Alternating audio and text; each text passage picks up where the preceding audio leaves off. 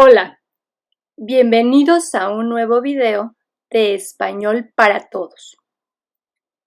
El día de hoy vamos a hablar de los actos de habla. Para comenzar, algunas de las disciplinas más destacadas en la aproximación al uso de la lengua son la lingüística del texto, el análisis del discurso, la pragmática, la etnografía de la comunicación, entre otras. Asimismo, cabe señalar que un acercamiento a la lengua, como el de escrito, tiene que ser necesariamente interdisciplinar, es decir, la lengua en uso debe ser abordada desde diferentes disciplinas, puesto que implica conocer de qué modo se procesa la información, cuándo, cómo, por qué y para qué se usa la lengua. De ahí que se nutra de las aportaciones de la psicología cognitiva, de la filosofía del lenguaje y de la antropología lingüística, entre otras. De este modo, surgen aproximaciones como las de John Lance Austin y John Searle, con su teoría de los actos de habla, o por ejemplo, las de Mikhail Bakhtin, con la teoría de los géneros discursivos, y la de Émile Benveniste sobre la enunciación, además de la postura de Eugenio Coserio acerca de los contornos que rodean a la enunciación.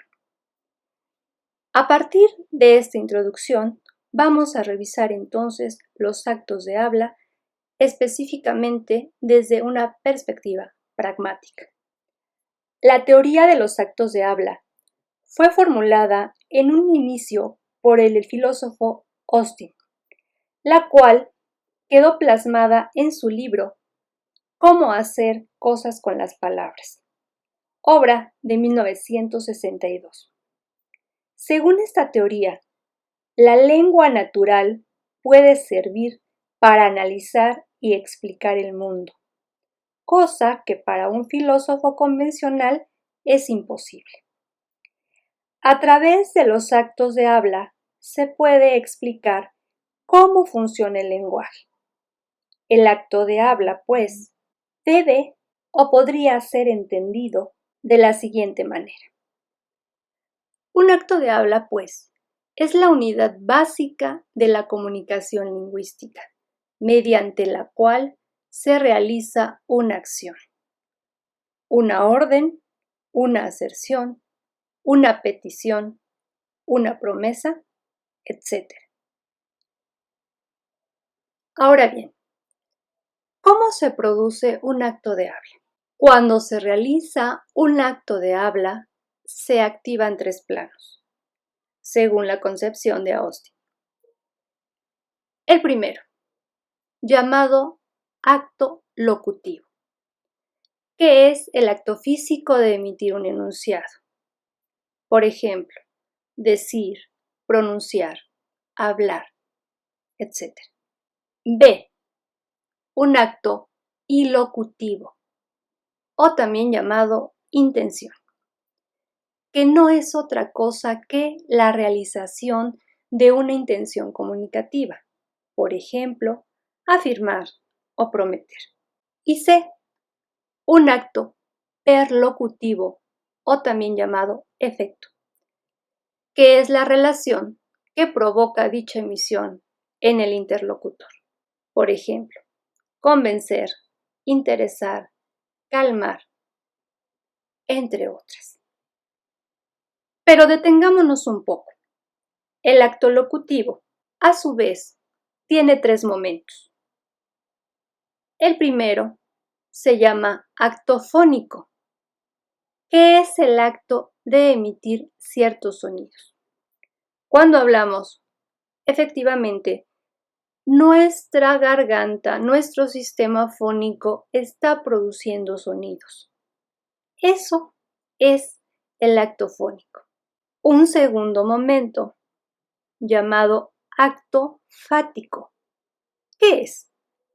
Pues bien, el acto fático consiste en emitir palabras en una secuencia gramatical estructurada. Dicho con otras palabras, construir oraciones con un sentido específico, oraciones o enunciados que tengan coherencia, que tengan sentido.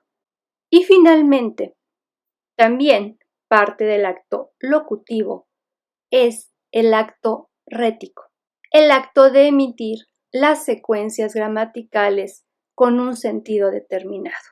¿Qué quiere decir esto? Que cuando nosotros hablamos, no vamos a poder intercambiar de manera libre los elementos que constituyen la oración, sino que estos deben seguir un orden determinado para que nosotros podamos encontrarles un significado o un sentido. Es decir, que podamos comprender a la persona que nos está hablando y podamos entender también su mensaje o lo que nos está diciendo. Veamos un ejemplo y localicemos los actos que aparecen en él. En Te prometo que lo haré, al emitir un enunciado como este, estamos, por un lado, diciendo algo, acto locutivo, prometiendo una acción, acto ilocutivo, y finalmente, provocando un efecto, convencer de la promesa a nuestro interlocutor. Posteriormente, otro filósofo, Searle, discípulo de Austin, perfeccionó la teoría y estableció que los actos de habla se pueden dividir también en directos e indirectos. Los primeros se refieren a una situación donde el emisor, el locutor, manifiesta abiertamente sus deseos o intenciones, es decir, es explícito. En cambio, en un acto de habla indirecto, el locutor no expresa claramente lo que desea, sino que el alocutario debe interpretar el sentido. Aquí tenemos dos ejemplos. En el primero, pásame la sal. El acto es directo. No estamos planteando la oración de manera que obliguemos al interlocutor a interpretarla. Pásame la sal es una orden y debe interpretarse como tal. En cambio, en podrías pasarme la sal, lo que tenemos es un acto indirecto. En realidad no es una pregunta. Cuando nosotros emitimos esta oración, no estamos haciendo una pregunta. En realidad lo que queremos es que nuestro interlocutor responda de manera positiva y nos proporcione la sal. Los actos de habla también se pueden clasificar de esta manera. En primer lugar, tenemos los llamados actos de habla declarativos, que son aquellos que buscan modificar una situación al enunciar ciertas palabras. Por ejemplo, los declaro marido y mujer. Con esta frase, con esta enunciación, lo que se pretende es que haya una modificación de la situación. En este caso, tenemos a una mujer y a un hombre que han establecido un contrato y que cuando el sacerdote o el juez pronuncian estas palabras, los declaro marido y mujer, hay una modificación de esa situación. Antes no estaban casados, ahora lo están y forman un matrimonio. También tenemos los actos de habla asertivos. ¿Qué son estos? Bien, son aquellos que afirman o niegan algo con la finalidad de aclarar lo enunciado. El ejemplo que te presento es este. Estoy en desacuerdo contigo. Lo que tenemos es una afirmación tajante. No hay forma de interpretarla de manera diferente. El tercer tipo recibe el nombre de actos de habla expresivos. Estos son aquellos que transmiten la afectividad o la emoción. El ejemplo que tenemos aquí es el siguiente. Lo lamento, no sabía eso.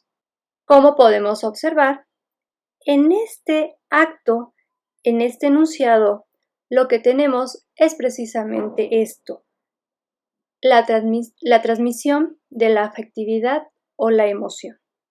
Nuestro siguiente tipo de acto de habla es el acto de habla directivo. Este busca persuadir al locutario para lograr que haga o diga algo. El ejemplo que ya vimos antes. ¿Me pasa la sal? Con este ejemplo, recuerda, no está planteada una pregunta. La intención no es preguntarle a la persona si le pasa o no le pasa la sal, sino que efectivamente se la proporcione. Y finalmente, los actos de habla compromisorios. Estos buscan que el emisor adquiera un compromiso.